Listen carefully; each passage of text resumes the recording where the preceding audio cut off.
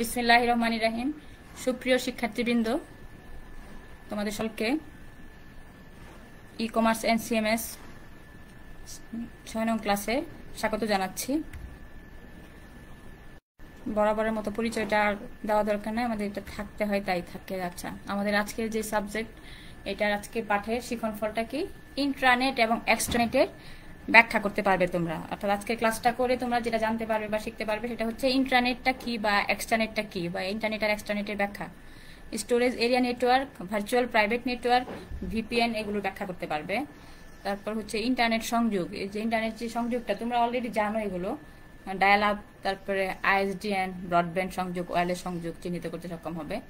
যদিও ডায়াল আপটা তো আমরা এখন ইউজ করি না, কিন্তু আমরা যখন প্রথম দিকে ইন্টারনেটে দিয়েছিল, টেলিফোন লাইন ছিল, যখন মোবাইল অ্যাভেলেবেল ছিল না, তখন কিন্তু ডায়াল আপ ছিল। আচ্ছা, যাই হোক, এই তিনটা হচ্ছে আমাদের আজকের শিক্ষণফল। এবার আমরা চলে যাই আমাদের মূল টপিকস। আমরা তৃতীয় অধ্যায়ে আছি, 3.3 পয়েন্ট, ইন্ট্রানেট এবং এক্সট্রানেটের ব্যাখ্যা। এখন ইন্ট্রানেট কি? ইন্ট্রানেট হচ্ছে কোনো কম্পিউটারের প্রাইভেট কম্পিউটার নেটওয়ার্ক। ইন্ট্রানেটে প্রতিটি কম্পিউটার পরস্পরের সাথে যুক্ত থেকে পরস্পরের মধ্যে যোগাযোগ ও আদান প্রদান করতে পারে। কিন্তু ইন্টারনেটের বাইরের কোনো মিউট করে নাও, সবাইকে মিউট করে দাও। রুবেল, মিউট করো তুমি। কিন্তু ইন্টারনেটের বাইরের কোনো কম্পিউটার ইন্টারনেটের ভেতরের কোনো কম্পিউটারের সাথে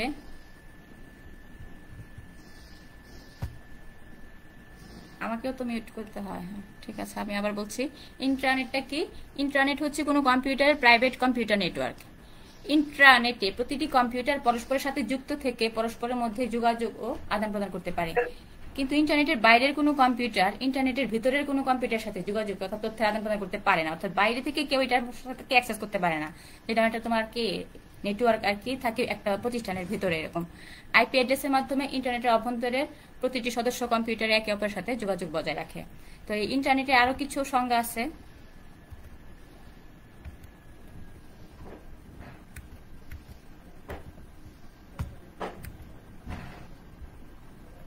এখানে আমরা আর কিছু সংজ্ঞা দেখতে পাচ্ছি। যেটা হচ্ছে ইন্টারনেটটা কি? যে একটি ইন্টারনেট একটি কম্পিউটার নেটওয়ার্ক সিস্টেম, যেখানে নির্দিষ্ট সাংগঠনিক সিস্টেমগুলো ইন্টারনেট অর্থাৎ আইপি অ্যাড্রেসের মাধ্যমে আর কি আইপি অ্যাড্রেসের মাধ্যমে ইন্টারনেট প্রযুক্তি ব্যবহার করে একে অপরের সাথে তথ্য বা কম্পিউটিং পরিষেবা দিয়ে এবং অপারেশনাল সিস্টেমগুলো ভাগ করে দেয়।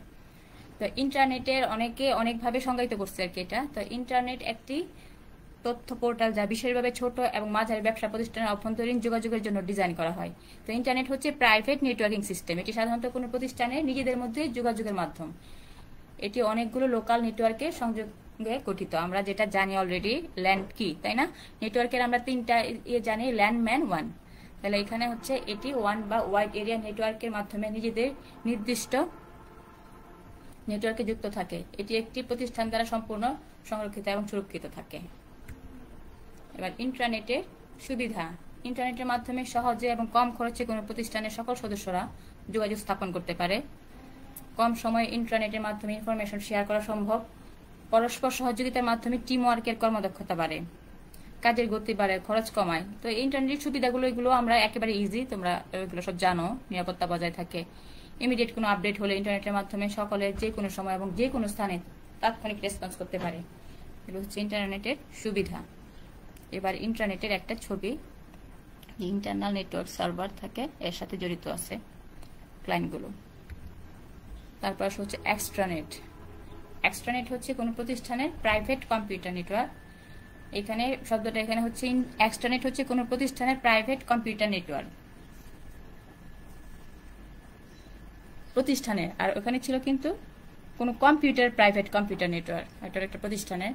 প্রতিটি কম্পিউটার পরস্পরের সাথে যুক্ত থেকে পরস্পরের মধ্যে যোগাযোগ আদান প্রদান করতে পারে। এটা তথ্য আদান প্রদান আমরা জানি। এক্সট্রানেট শুধুমাত্র অনুমোদিত কোনো বাইরের কম্পিউটার ভিতরে কোনো কম্পিউটারের সাথে ইন্টারনেটের মাধ্যমে যোগাযোগ তথ্য আদান প্রদান করতে পারে।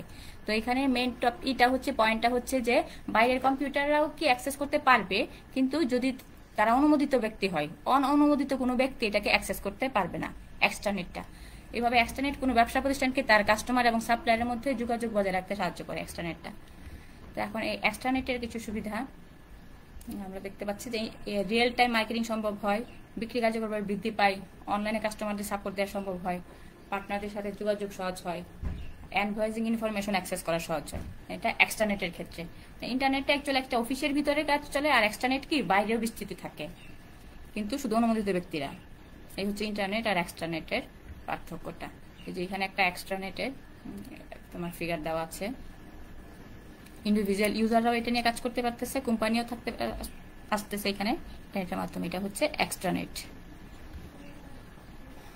এবার যাই আমরা 3.4 এ storage area network. Storage area network বা এটাকে কি বলা হয়, SAN। Storage area network.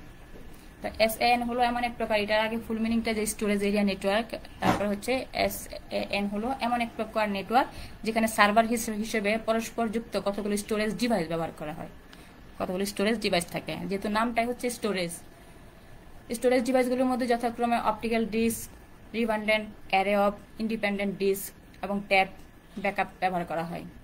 ই কমার্স, অনলাইন, এখানে লেনদেন হবে, ইলেকট্রনিক ভল্টিং, তারপর data server, data mining, internet browsing, enterprise database এবং অনলাইন তথ্য ব্যাকআপের জন্য SAN কার্যকর। অর্থাৎ SANটা কোথায় ব্যবহার করা হয়ে থাকে, তোমার ই কমার্সের যেখানে অনলাইনে লেনদেন হয়, electronic vaulting, data server, data mining, internet browsing, এই সকল ক্ষেত্রে এই স্টোরেজ এরিয়া নেটওয়ার্কটা ব্যবহার করা হয়ে থাকে।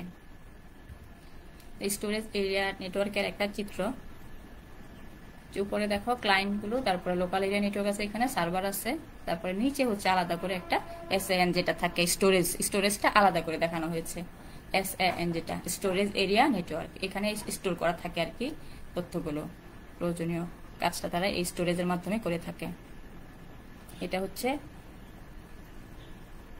Storage area network. এবার স্টোরেজ এরিয়া নেটওয়ার্কের লেয়ার, স্টোরেজ এরিয়া নেটওয়ার্কের লেয়ারগুলো আছে, যা হোস্ট লেয়ার, ফ্যাব্রিক লেয়ার, তারপর স্টোরেজ লেয়ার। সার্ভার সময় হোস্ট লেয়ারে অবস্থান করে, আর হচ্ছে OS এবং স্টোরেজ ডিভাইসগুলো বাস অ্যাডাপ্টারের মাধ্যমে যুক্ত থাকে, যে স্টোরেজ এরিয়া নেটওয়ার্কের যে ইয়েটা দেখে আসলাম। আর ফ্যাব্রিক স্তরে কি থাকে, বা ফ্যাব্রিক্স লেয়ারে নেটওয়ার্কিং ডিভাইসগুলো এই স্তরে অবস্থান করে, তারপর সোর্স থেকে গন্তব্যে ডাটা ট্রান্সফারের ডিভাইসগুলো সাহায্য করে। আর স্টোরেজ স্তরটা স্টোরেজ ডিভাইস এবং স্টোরেজ এরিয়া নেটওয়ার্ক নিয়ে স্তর গঠিত। প্রত্যেকটা স্টোরেজ ডিভাইস একটি লজিক্যাল ইউনিক নাম্বার ধারণ করে, মানে প্রত্যেকটা স্টোরেজ ডিভাইসের আবার কি থাকে, একটা করে আইডেন্টিফিকেশনের জন্য নাম্বার দেওয়া থাকে আর কি। লজিক্যাল ইউনিক নাম্বার দ্বারা ইউনিকভাবে প্রত্যেকটা ডিভাইসকে শনাক্ত করা যায়।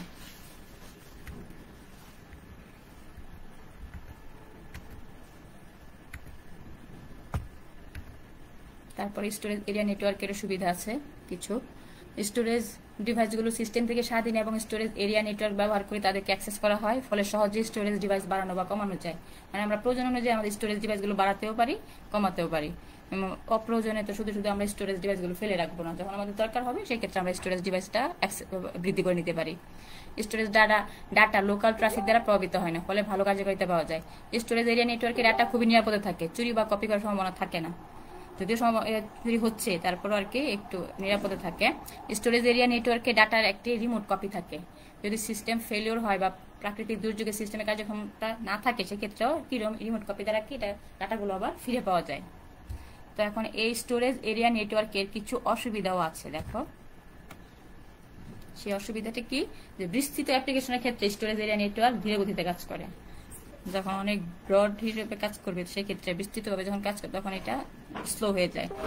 স্টোরেজ এরিয়া নেটওয়ার্ক একটি শেয়ার্ড এনভায়রনমেন্টে কাজ করে, ফলে ডাটা ফাঁস হওয়ার সম্ভাবনা থাকে। এই দুইটা হচ্ছে এটার অসুবিধা। তারপরে যাও ভার্চুয়াল প্রাইভেট নেটওয়ার্ক, যেটাকে আমরা বলে থাকি কি VPN।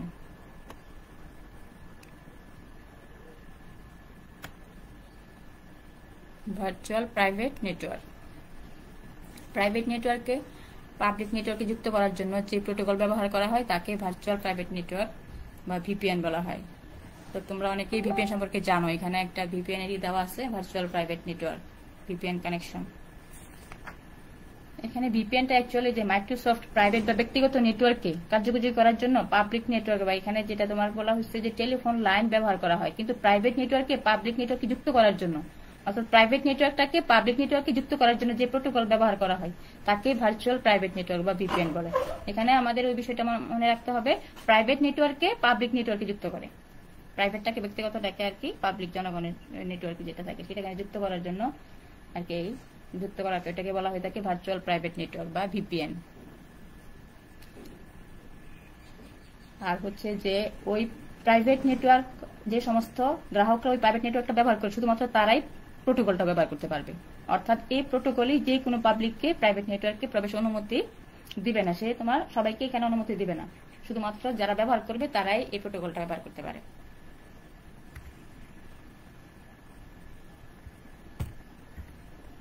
ভার্চুয়াল প্রাইভেট নেটওয়ার্ক এর সুবিধা, ভিপিএন এর সুবিধাটা কি দেখো। ভিপিএন এর কতগুলো সুবিধা আছে। ক্লায়েন্ট অথবা ইন্টারনেট সার্ভিস প্রোভাইডারদের জন্য বিশেষ সুযোগ সৃষ্টি করে দেয়, একে টানেলিং প্রোটোকল বলে। সব ধরনের বৃহৎ নেটওয়ার্ক প্রোটোকল সাপোর্ট করে। এক্সিস্টিং কমিউনিকেশন গিয়ার ব্যবহার করা যায়, এক্সিস্টিং নেটওয়ার্ক অ্যাড্রেস ব্যবহার করা যায়, ফ্লো কন্ট্রোল অন্তর্ভুক্ত করা যায় নতুন ইন্ডাস্ট্রির জন্য সুবিধাজনক। তো এখানে যে ভিপিএন এর সুবিধা তোমরা অনেকগুলোই জানো। এখানে তোমার সিকিউরিটি নিশ্চয়তা দেয়, হ্যাকিং এর হাত থেকে রক্ষা পাওয়া যায়, কারণ শুধুমাত্র অথরাইজ গ্রাহকরা এটাকে ব্যবহার করতে পারে ভিপিএন। এই ছিল হচ্ছে তোমার 3.4 এর টপিক। এখন আমরা চলে যাব হচ্ছে 3.5 এ ইন্টারনেট সংযোগ। এবার আসো এই ইন্টারনেট সংযোগ। এখন এখানে ইন্টারনেট সংযোগের যে ইগুলো আছে, একটা হচ্ছে তোমার ডায়াল আপ সংযোগ, আইএসডিএন, ব্রডব্যান্ড আর হচ্ছে ওয়্যারলেস, 4টা কানেকশন আছে।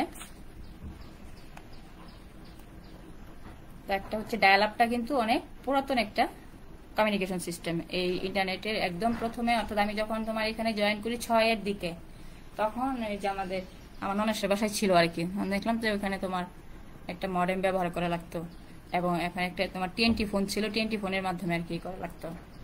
ডায়াল আপ ইন্টারনেটের সাথে পিসি সংযুক্ত করতে টেলিফোন লাইন ব্যবহার করা হয়। ডায়াল আপ কানেকশন সংযোগের জন্য একটা মডেম ব্যবহার করা হয়। তো ডায়াল আপ কানেকশনে ব্যবহৃত দুইটা protocol, serial line internet protocol আর একটা হচ্ছে point to point protocol, PPP, এটা হচ্ছে এসএলআইপি।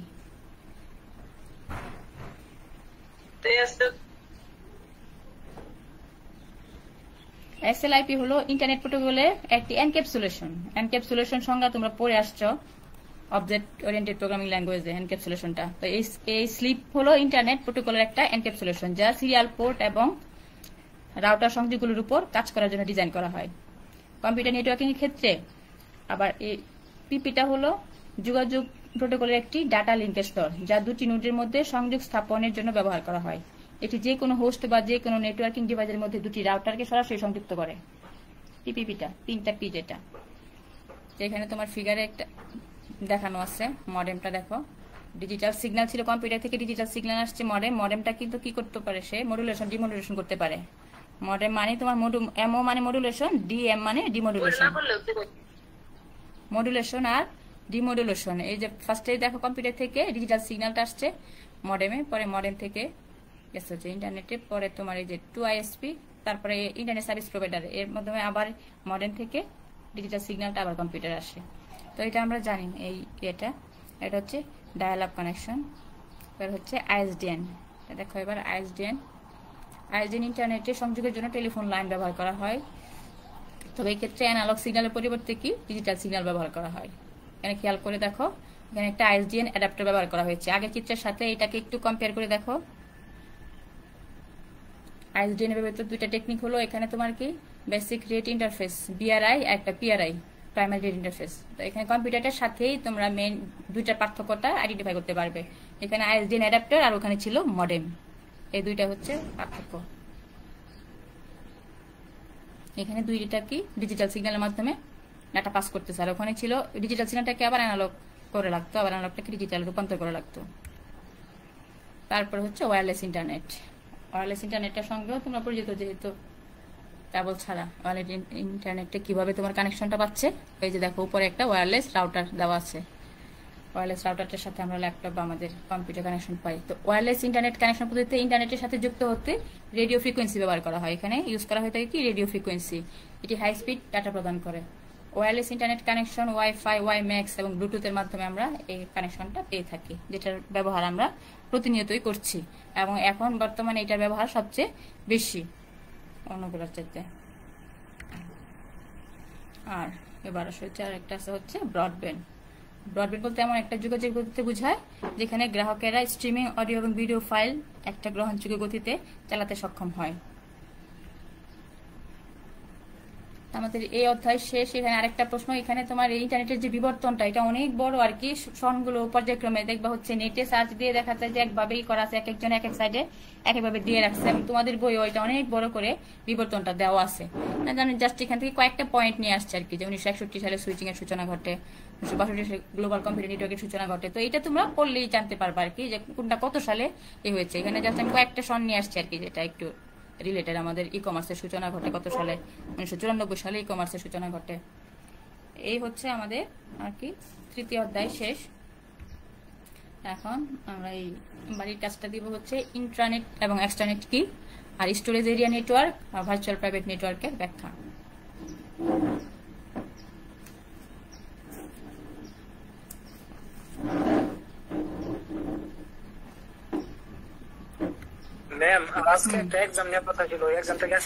নিব, হ্যাঁ, ধন্যবাদ সবাইকে। এখন আজকের ক্লাসটা আমি শেষ করে তোমাদের যে এক্সামটা নেওয়ার কথা এক্সামটা নিব। তোমরা যে যেরকমই পারো পার্টিসিপেট করো, যদি পরীক্ষা খারাপ হয় প্রয়োজনে আমি পরীক্ষাটা আবার নিব, ঠিক আছে? তো আজকে তোমরা ট্রাই করো। হ্যাঁ, এখনই আমি পরীক্ষাটা শুরু করব। টাইমটা প্রশ্নে সব বলা আছে, হ্যাঁ। আর আমি তো থাকবো তোমাদের সাথে, যদি বের হয়ে যাও আবার তোমরা ঢুকবে।